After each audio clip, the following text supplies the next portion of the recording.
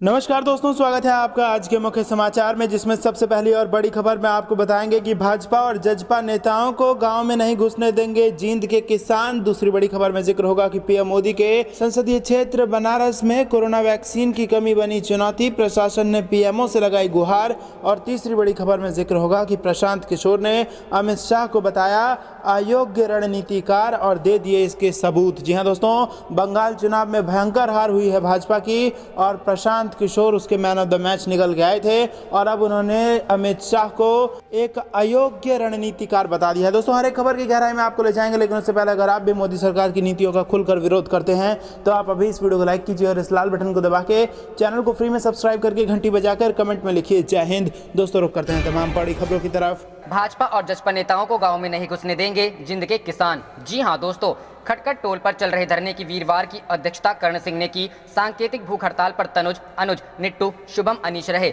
जिंद में किसानों ने बीजेपी जेजेपी के नेताओं के प्रवेश को रोकने के लिए मीटिंग कर रणनीति बनाई। दोनों पार्टी के नेताओं को रोकने के लिए जिंद से चारों तरफ जाने वाले 10 रास्तों पर 10 गाँव को चिन्हित किया गया। इन गाँव में बड़ौदा, उझाना, दनौदा, रामराय, कंडेला, अलेवा, ललित खेड़ा, मनोहरपुर, इगराहा, नगुरा शामिल हैं। किसानों ने मुख्यमंत्री और उप मुख्यमंत्री सहित सभी नेताओं से आह्वान भी किया कि वो भाईचारा को खराब करने के लिए जिंद में नहीं आए। जब तक किसान आंदोलन चल रहा है तब तक कोई भी भाजपा जसपा का नेता जिंद में आएगा तो उनका विरोध करेंगे। आजाद पालवान सतबीर पहलवान ने बताया कि रणनीति के तहत किसानों को जैसे ही किसी नेता या मंत्री के आने की सूचना मिलेगी, सभी चिन्हित 10 गाँव में तुरंत सूचना पहुंचा दी जाएगी। सूचना मिलते ही इन गाँव के लोग अपने अपने गाँव के मेन रोड पर आकर धरने पर बैठ जाएंगे और नेताओं को जिंद में नहीं घुसने देंगे। उन्होंने कहा कि किसानों के विरोध के चलते दुष्यंत चौटाला को 2 बार अपना जिंद दौरा रद्द करना पड़ा है। किसान नेताओं ने बताया कि जब से किसानों का धरना चल रहा है तब से धरना स्थल पर ही तीज त्योहार सभी धर्मों के लोग एकत्रित होकर मनाते हैं। शुक्रवार को किसान धरना स्थल पर ही ईद मनाएंगे। मौके पर फूल कुमार पेटवाड़, मनोज वकील, ज्ञानी राम, बलिंद्र उचाना, रोहताश नगुरा, अमर लाल थुआ,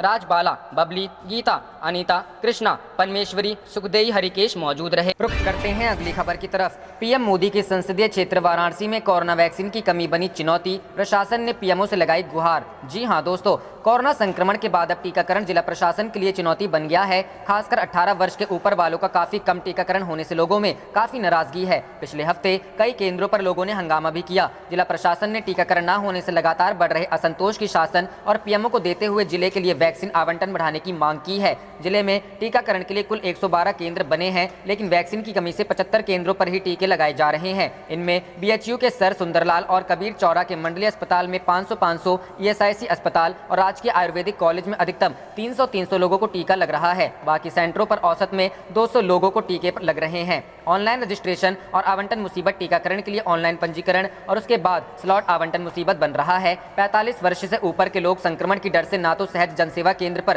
पंजीकरण करा पा रहे हैं और ना ही उनके पास खुद संसाधन है। ग्रामीणों के लिए यह बड़ी समस्या है। गाँव के लोग कई किलोमीटर दूर चलकर किसी तरह पंजीकरण करा ले रहे हैं, लेकिन वैक्सीन की मात्रा कम होने से उन्हें समय व अस्पताल का आवंटन नहीं हो पा रहा है। ऐसे में उन्हें कई बार चक्कर लगाना पड़ रहा है। लक्ष्य को जल्द पूरा करना चाह रहे अफसर अधिकारी कोरोना संक्रमण पर लगभग नियंत्रण करने के बाद अब जल्द से जल्द टीकाकरण लक्ष्य को पाना चाह रहे हैं, लेकिन वैक्सीन का आवंटन कम होने से लोगों की नाराजगी भी झेलनी पड़ रही है। टीकाकरण केंद्रों पर लगातार लोगों की नाराजगी को देखते हुए जिलाधिकारी को एडीएम प्रशासन और पुलिस अधिकारी को लगाना पड़ा। जिलाधिकारी कौशल राज शर्मा ने बताया कि वैक्सीन का आवंटन पहले की तुलना में थोड़ा कम हुआ है। वहीं अब लोग टीकाकरण के प्रति जागरूक हो गए हैं। उपलब्ध वैक्सीन की तुलना में लगवाने वालों की संख्या बढ़ गई है। केंद्र सरकार और प्रदेश शासन को इससे अवगत कराया गया है। रुख करते हैं अगली खबर की तरफ। प्रशांत किशोर ने अमित शाह को बताया अयोग्य रणनीतिकार, दिए सबूत। जी हां दोस्तों, ममता बनर्जी के चुनावी रणनीतिकार प्रशांत किशोर के दावे के मुताबिक पश्चिम बंगाल में कामयाबी मिल गई है। उनका मानना है कि अमित शाह को बढ़ा चढ़ाकर बताया जाता है, जबकि वे अयोग्य रणनीतिकार हैं।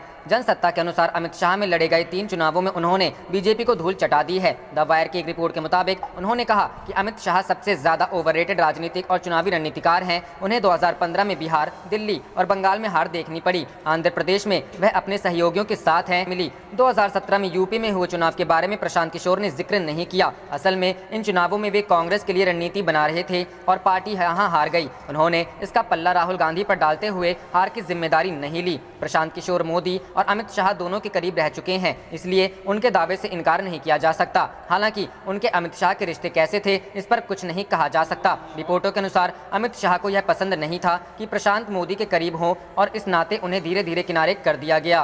रुख करते हैं अगली खबर की तरफ। आईवाईसी अध्यक्ष श्रीनिवास से पूछताछ पर बवाल, राहुल गांधी बोले बचाने वाला हमेशा मारने वाले से बड़ा होता है। जी हां दोस्तों, दिल्ली पुलिस की अपराध शाखा ने कोरोना महामारी के दौरान लोगों को मदद मुहैया कराने के लिए भारतीय युवा कांग्रेस के अध्यक्ष श्रीनिवास BV से शुक्रवार को पूछताछ की। इसे लेकर राहुल गांधी ने ट्वीट करते हुए कहा कि बचाने वाला हमेशा मारने वाले से बड़ा होता है। राहुल ने ट्विटर पर #I stand with IYC लिखा, यानी मैं इंडियन यूथ कांग्रेस के साथ खड़ा हूं। वहीं श्रीनिवास ने बताया, पुलिस ने शुक्रवार सुबह मुझे फ़ोन किया और दिन में करीब 11:45 पर मेरे ऑफिस पहुंची। उन्होंने मुझसे पूछताछ की कि आप ये सब कैसे कर रहे हैं। हालांकि दिल्ली पुलिस ने कहा कि दिल्ली हाईकोर्ट के आदेश के बाद पूछताछ की गई। बचाने वाला हमेशा मारने वाले से बड़ा होता है। एक वरिष्ठ पुलिस अधिकारी ने बताया कि हाई कोर्ट ने कोविड-19 के इलाज में इस्तेमाल होने वाली दवाओं और अन्य सामग्रियों के वितरण में शामिल नेताओं से दिल्ली पुलिस को पूछताछ करने और अपराध के मामले में प्राथमिकी दर्ज करने को कहा था। हाई कोर्ट के निर्देशों की तामील करते हुए कई लोगों के खिलाफ जांच की जा रही है। बताते चले कि दिल्ली हाई कोर्ट ने 4 मई को पुलिस को राष्ट्रीय राजधानी में नेताओं द्वारा रेमडेसिविर दवा हासिल करने और इसे कोविड-19 मरीजों को वितरित करने के मामलों की पड़ताल करने और अपराध के मामले में प्राथमिकी दर्ज करने के लिए कदम उठाने को कहा था। रुख करते हैं अगली खबर की तरफ। सुप्रीम कोर्ट में अर्जी दाखिल कर 12वीं बोर्ड परीक्षा रद्द करने की मांग।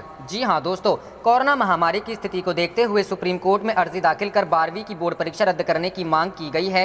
सुप्रीम कोर्ट में दाखिल अर्जी में कहा गया है कि केंद्र सरकार CBSE और CISE को निर्देश दिया जाए कि वो कोरोना के मद्देनजर 12वीं का पेपर रद्द करे। साथ ही कहा गया है कि तय समय सीमा में ऑब्जेक्टिव मेथोडोलॉजी के बेसिस पर रिजल्ट घोषित किया जाए। सुप्रीम कोर्ट में याचिका दायर कर कोविड-19 महामारी से पैदा हुए हालात के मद्देनजर 12वीं की बोर्ड परीक्षा को रद्द करने की मांग की गई है। वकील ममता शर्मा की तरफ से दायर की गई इस याचिका में 12वीं की परीक्षा रद्द करने के साथ साथ एक निर्धारित समय सीमा के भीतर छात्रों के परिणामों को ऑब्जेक्टिव मेथोडोलॉजी के आधार पर घोषित करने का आग्रह किया गया है। याचिकाकर्ता ने कहा है कि पिछले महीने 14, 16 और 19 अप्रैल को नोटिफिकेशन जारी किया गया था और 10वीं की परीक्षा रद्द की गई थी, जबकि 12वीं की परीक्षा को स्थगित किया गया था। याचिका में कहा गया कि निर्देश जारी कर 12वीं के पेपर भी रद्द किया जाए। सुप्रीम कोर्ट के पिछले साल के आदेश का भी हवाला दिया गया, जिसमें पिछले साल सुप्रीम कोर्ट ने 12वीं की परीक्षा रद्द कर दी थी और पहले स्टूडेंट्स ने ग्रेडिंग में जो नंबर हासिल किया था उसी आधार पर रिजल्ट घोषित करने को कहा था। इस बीच शिक्षा मंत्रालय ने संकेत दिए हैं कि 12वीं बोर्ड की परीक्षाएं रद्द हो सकती हैं। शिक्षा मंत्रालय ने एक अधिकारी ने कहा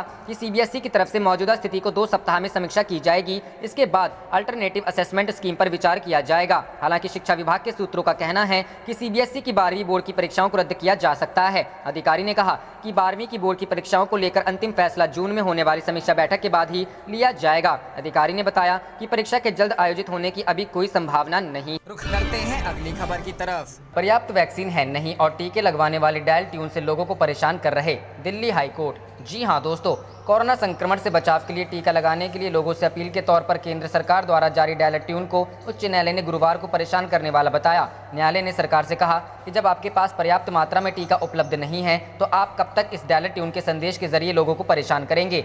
जस्टिस विपिन सांघी और रेखा पल्ली की पीठ ने टीके की कमी पर सवाल उठाते हुए यह टिप्पणी की। पीठ ने की किसी को कॉल किए जाने पर पहले लंबा सा यह संदेश चलाया जाता है। पीठ ने कहा कि हमें नहीं पता यह कितना लंबा चलेगा, खासकर तब जब आपके पास टीका नहीं है। न्यायालय सरकार से कहा कि आप लोगों को टीका नहीं लगा रहे हैं, काफी संख्या में लोग इसके लिए इंतजार कर रहे हैं, बावजूद इसके आप कह रहे हैं कि टीके लगवाइए। उच्च न्यायालय ने कहा कि जब टीका है ही नहीं तो कौन लगवाएगा। साथ ही कहा कि ऐसे में डायल ट्यून के जरिए टीका लगाने के लिए किए जा रहे अपील का क्या महत्व रह जाएगा। उच्च न्यायालय ने सरकार से कहा कि आपको हर व्यक्ति का टीकाकरण करना चाहिए, भले ही आप इसके कुछ पैसे ले लीजिए, लेकिन टीका सभी को लगने चाहिए। न्यायालय ने कहा कि सरकार को ऐसे मामलों में इनोवेटिव होकर सोचने की जरूरत है। पीठ ने कहा कि सरकार को वैक्सीन के लिए अपील वाला संदेश हमेशा चलाने के बजाय ऐसे संदेश बनाने जो टेप की तरह स्वयं बंद हो जाएं। साथ ही सरकार से सवाल किया कि क्या आप इस संदेश को 10 साल तक चलाएंगे। उच्च न्यायालय ने केंद्र व दिल्ली सरकार से कहा कि आपको अलग अलग संदेश तैयार करने चाहिए। जब लोग अलग अलग संदेश सुनेगा तो यह उसकी मदद होगी। पीठ ने कहा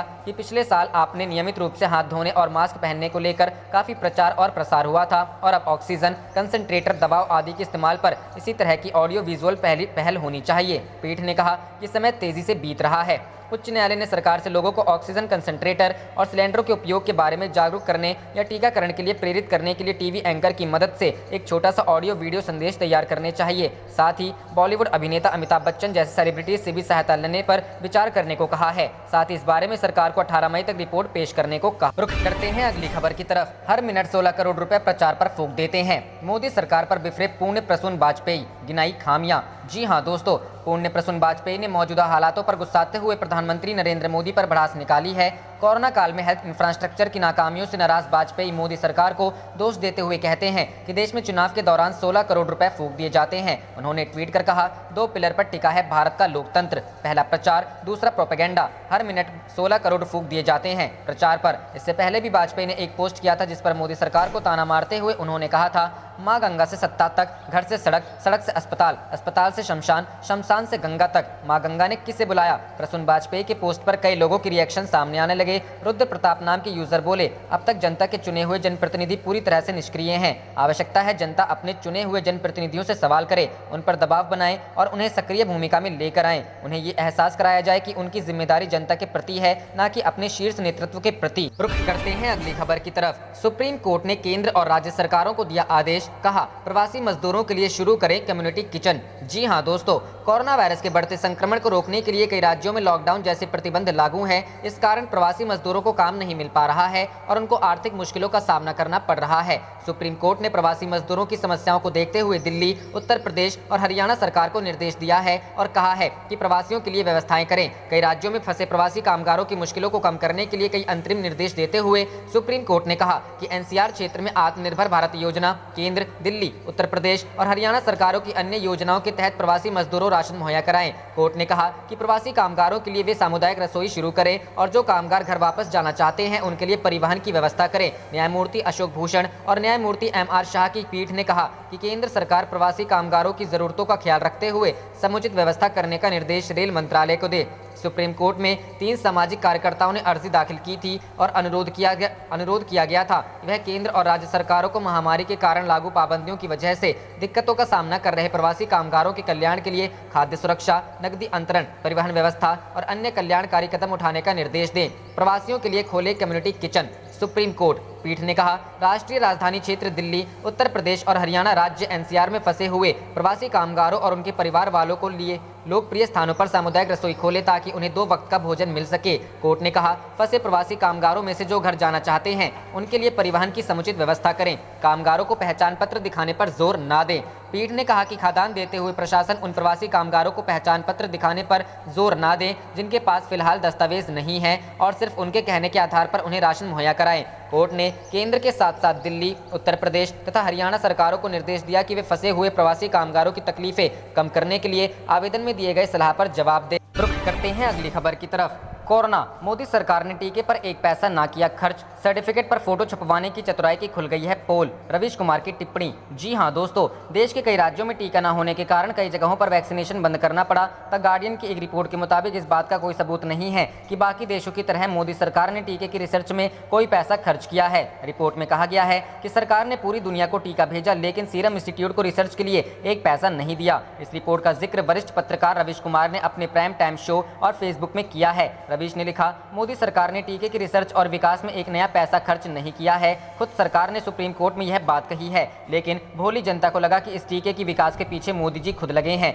5 नया पैसा खर्च किए बिना टीके के सर्टिफिकेट पर अपना फोटो छपवाने की चतुराई की पोल खुल गई है। पत्रकार ने लिखा, दुनिया के अखबारों में छप रहे हैं कि सारी सरकारों ने टीके के विकास में अरबों रुपए डाले लेकिन प्रधानमंत्री मोदी ने एक पैसा खर्च नहीं किया और टीके के वितरण पर इस तरह से कंट्रोल किया जैसे इनकी जेब से भी पैसा लगा हो। नवंबर के महीने में भारत की दोनों कंपनियों का दौरा करते हैं, सीरम जाते हैं और भारत बायोटेक जाते हैं। सोचिए, आपको लगा होगा कि सब मोदी जी करा रहे हैं। रवीश ने आगे लिखा, प्रोपेगेंडा की भूख कितनी हो सकती है आप अंदाजा नहीं लगा सकते। आपके अपनों के साथ जो नरसंहार हुआ है उसे जल्दी भुला दिया जाएगा। महामारी थमते ही नया इवेंट लॉन्च होगा, नया नारा लॉन्च होगा, आप फिर चले जाएंगे, होगा कुछ नहीं, मोदी जी का फोटो बटेगा। बता दें कि भारत सरकार ने एक सरकारी पैनल की सलाह पर कोविशील्ड टीके की 2 डोज लगवाने के बीच के समय को 6 से 8 सप्ताह से बढ़ाकर 12 से 16 सप्ताह करने का फैसला लिया है। केंद्रीय स्वास्थ्य मंत्रालय ने बृहस्पतिवार को इस आशय की घोषणा करते हुए कहा कि यह विज्ञान आधारित फैसला है और इस विश्वास के साथ लिया गया है कि इससे कोई अतिरिक्त खतरा नहीं होगा।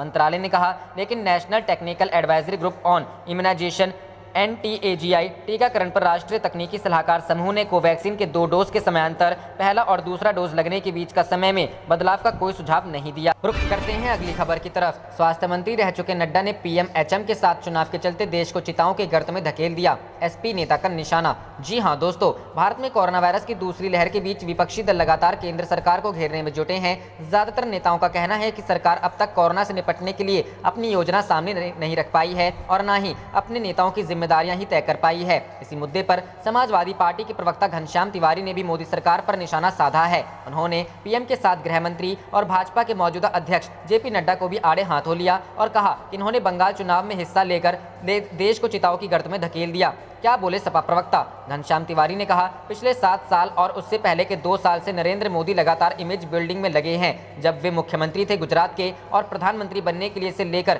प्रधानमंत्री बनने के बाद तक उन्होंने इमेज बिल्डिंग पर ध्यान दिया है, नेशनल बिल्डिंग पर तो ध्यान नहीं दिया। आगे आकर नेताओं की जिम्मेदारी तय करे पीएम। सपा प्रवक्ता ने आगे कहा, प्रधानमंत्री कहाँ हैं? यह युवाओं का देश है। इस देश का पीएम कुर्सी के पीछे छिपकर राजनीति नहीं कर सकता। सामने आकर के रोज बताना पड़ेगा कि उनकी टीम कौन है, उसकी जिम्मेदारी क्या है, उसके टारगेट क्या हैं। अगर वो टारगेट पूरे नहीं हुए तो इस्तीफा कौन देगा? प्रधानमंत्री इस्तीफा देगा, गृह मंत्री इस्तीफा देगा या किसी राज्य का मुख्यमंत्री इस्तीफा? रुख करते हैं अगली खबर की तरफ। राज्यपाल गो बैक के लगे नारे, धनखड़ ने सरेआम इंस्पेक्टर को लगाई डांट। जी हां दोस्तों, पश्चिम बंगाल में चुनाव बाद भी सियासी तकरार जारी है। इस बीच गुरुवार को जब राज्यपाल जगदीप धनखड़ हिंसा प्रभावित क्षेत्रों का दौरा करने निकले तो उन्हें विरोध का सामना करना पड़ा।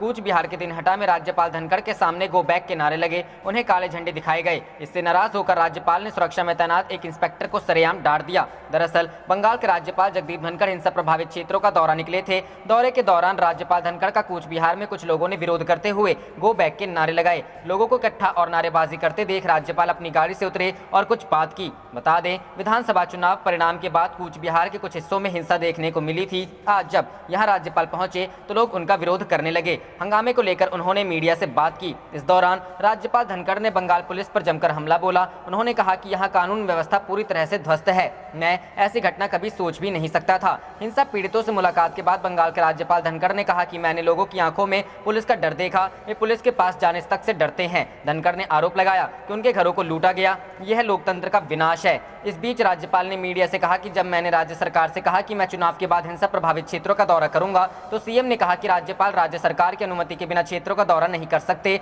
ये सुनकर मैं दंग रह गया था। मैंने सीएम को लिखा और उसे बताया कि यह असंवैधानिक है। इस घटना को लेकर टीएमसी नेता यशवंत सिन्हा ने कहा कि बंगाल के राज्यपाल मोदी शाह द्वारा दी गई पटकथा के अनुसार काम कर रहे हैं। उन्होंने अभी तक चुनावों में अपनी दयनीय हार स्वीकार नहीं की है। उनके पास भारत के संविधान के लिए कोई सम्मान नहीं है। वे कभी भी ममता बनर्जी को शांति से नहीं छोड़ेंगे। वहीं ममता सरकार में मंत्री साधन पांडे ने राज्यपाल जगदीप धनखड़ पर निशाना साधते हुए कहा कि वह किसी के होकर काम कर रहे हैं। जिस तरह से आज वह कूच बिहार पहुंचे हैं, यह सही नहीं। रुख करते हैं अगली खबर की तरफ। नदियों में लगातार मिल रहे हैं शव। एनएचआरसी ने यूपी, बिहार और केंद्र सरकार को भेजा नोटिस। जी हां दोस्तों, उत्तर प्रदेश और बिहार की नदियों में शव मिलने का सिलसिला थम नहीं रहा है। गाजीपुर, बक्सर के बाद पटना में भी गंगा से शव मिलने की खबर सामने आई है। बताया जा रहा है कि ये सारे शव कोरोना से पीड़ित मरीजों के हैं। अब इस मामले पर एनएचआरसी ने केंद्र, उत्तर प्रदेश और बिहार सरकार से जवाब मांगा है। तीनों सरकारों को अपना जवाब एनएचआरसी के पास 4 हफ्ते के अंदर दाखिल करना होगा। रुख करते हैं अगली खबर की तरफ। ग्रामीण क्षेत्रों में कोरोना के कहर पर राकेश टिकैत बोले, घर घर में है बीमार, कुछ तो करो सरकार। जी हां दोस्तों, देश में कोरोना वायरस संक्रमण की दूसरी लहर से हाहाकार मचा हुआ है। देश के अधिकतर राज्य इसकी चपेट में हैं। अब ग्रामीण इलाकों में भी संक्रमण फैलने की खबरें आने लगी हैं। कई गाँवों में लोगों की मौत हो रही है। ऐसे में कोरोना वायरस के खिलाफ लॉकडाउन को सभी राज्य एक हथियार के तौर पर इस्तेमाल कर रहे हैं। देश के सभी राज्य कोरोना संक्रमण की चेन को तोड़ने की कोशिश में जुटे हुए हैं, जिससे देश में कोरोना संक्रमण की इस बेकाबू रफ्तार को कम किया जा सके।